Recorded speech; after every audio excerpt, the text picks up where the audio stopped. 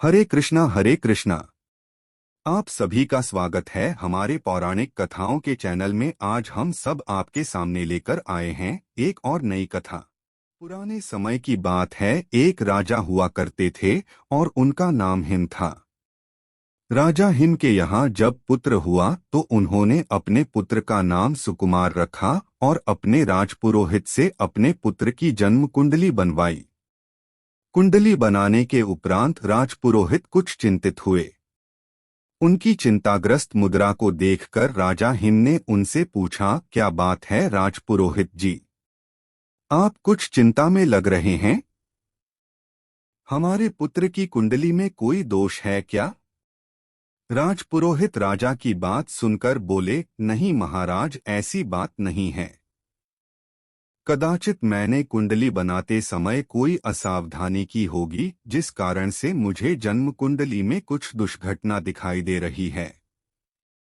मेरा सुझाव है कि आप एक बार इसे राज्य के प्रसिद्ध ज्योतिष से करवा लें। राजा थोड़े से आशंकित हुए और फिर से पूछा, पुरोहित जी, हमें आप द्वारा बनाई हुई जन्म कुंडली में कोई भी संदेह नहीं है। आप वर्षों से हमारे विश्वास पात्र रहे हैं। कृपया आप हमें बताएं कि क्या बात है। राजपुरोहित ने कहा, महाराज, राजकुमार की जन्म कुंडली की गणना करने पर हमें यह ज्ञात हुआ है कि राजकुमार अपने विवाह के उपरांत चौथे ही दिन सर्प के काटने से मृत्यु को प्राप्त हो जाएंगे। राजा हिम तिलमिलाते हुए चिल्लाए, राजपुरोहित जी, ये आप क्या कह रहे हैं? अवश्य ही आपकी गणना में कोई त्रुटि हुई है। एक बार पुनः से कुंडली को ध्यानपूर्वक देखें। यदि आप हमारे राजपुरोहित न होते हो, कदाचित आप इस समय मृत्युशैया पर लेटे होते। राजा हिम के क्रोध को देखकर राजसभा में सभी डर गए। पुरोहित ने हिम्मत करते हुए कहा, क्षमा करें राजन, किंतु यदि आपको कोई शंका है तो आप मेरे द्वारा दिए गए सुझाव पर अमल कर सकते हैं। उसके बाद राजा हिम ने अपने पुत्र की जन्म कुंडली राज्य के 3 से 4 प्रसिद्ध ज्योतिषाचार्यों से बनवाई, किंतु परिणाम वही रहा। महाराज हिम और उनकी पत्नी अत्यंत चिंतित रहने लगे। राजा ने दरबार में सभी को चेतावनी दी कि कोई भी इस बात का वर्णन हमारे पुत्र के समक्ष न करे, अन्यथा परिणाम भयंकर होंगे। राजा हिम को भय था कि यदि उनके पुत्र को इस बात का पता चल गया तो कहीं वह मृत्यु की चिंता में ही मर जाएं। खैर, समय बीतता गया और राजकुमार सुकुमार बड़े होने लगे। अंततः वह समय आ गया जब राजकुमार की आयु विवाह योग्य हो गई और आसपास के कई राज्यों से राजकुमार के लिए सुंदर राजकुमारियों के विवाह प्रस्ताव आने लगे। परंतु अपने पुत्र की मृत्यु के भय से राजा किसी भी प्रस्ताव को स्वीकृति नहीं दे पा रहे थे। यह देखकर महारानी ने कहा, महाराज, यदि आप इसी प्रकार सभी राजाओं के विवाह प्रस्तावों को अस्वीकृत कर देंगे तो हमारा पुत्र क्या सोचेगा? जन्म कुंडली के भय से हम अपने पुत्र को उम्र भर के लिए कुंवारा तो नहीं रख सकते, और फिर मृत्यु तो सर्प के काटने से होगी। यदि हम महल में सुरक्षा व्यवस्था बढ़ा दें तो कदाचित सर्प के राजकुमार के पास पहुंचाने से पूर्व ही हम उस सर्प को मार गिराएं।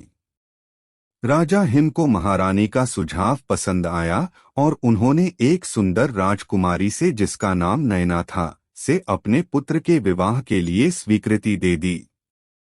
राजकुमारी नयना देखने में जितनी सुंदर थी, बुद्धि भी उतनी ही प्रखर थी। विवाह से पूर्व राजा ने अपने पुत्र की जन्म कुंडली में निहित भविष्यवाणी को कन्या पक्ष को भी बता दिया। पहले तो वधू के पिता ने इस संबंध से साफ इनकार कर दिया, किंतु जब यह बात राजकुमारी नयना को पता चली तो उन्होंने अपने पिता से निवेदन किया कि आप विवाह के लिए अपनी मंजूरी दे दें। अपनी पुत्री की बात को राजा ठुकरा न सके और विवाह के लिए आशंकित मन से विवाह के लिए हामी दे दी। विवाह अच्छी तरह से संपन्न हुआ। राजकुमारी नयना एक दृढ़ निश्चय वाली कन्या थी। उसने अपने पति के प्राणों की रक्षा करने का निश्चय कर लिया था। जैसे कैसे 3 दिन बीत गए। राजा हिम और राजकुमारी नयना ने चौथे दिन का इंतजार पूरी तैयारी के साथ किया। उनकी योजना के अनुसार जिस किसी भी मार्ग से सांप के आने की आशंका थी वहां पर सोने चांदी के सिक्के और हीरे जवाहरात बिछा दिए गए। पूरे महल को रात भर के लिए रोशनी से जगमगाया गया ताकि सांप को आते हुए आसानी से देखा जा सके। यही नहीं, राजकुमारी नयना ने सुकुमार को भी सोने नहीं दिया और निवेदन किया कि आज हम कहानी सुनना चाहते हैं।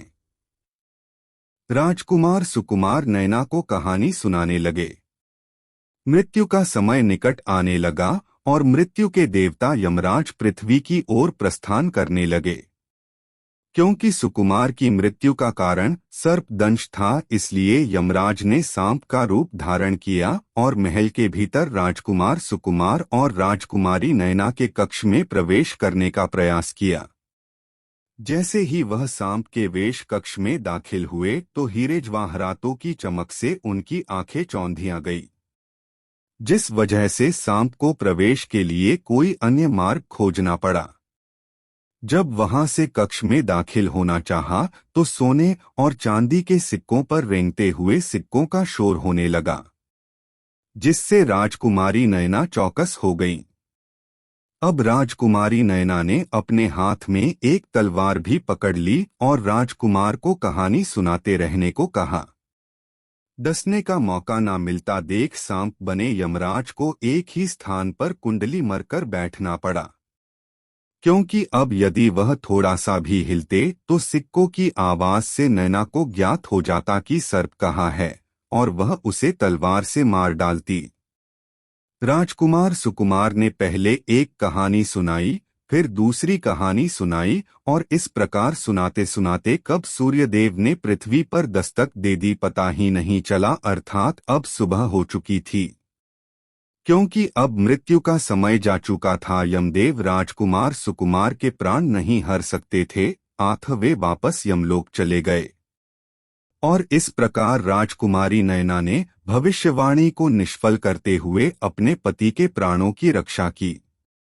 राजकुमार सुकुमार कभी नहीं जान पाए कि उनकी कुंडली का क्या रहस्य था। क्यों उनकी पत्नी ने विवाह के चौथे दिन कहानी सुनने का निवेदन किया और आखिर क्यों कहानी सुनते हुए उन्होंने तलवार थाम ली थी। माना जाता है कि तभी से लोग घर की सुख समृद्धि के लिए धनतेरस के दिन अपने घर के बाहर यम के नाम का दिया निकालते हैं ताकि यम उनके परिवार को कोई नुकसान नहीं पहुंचाए।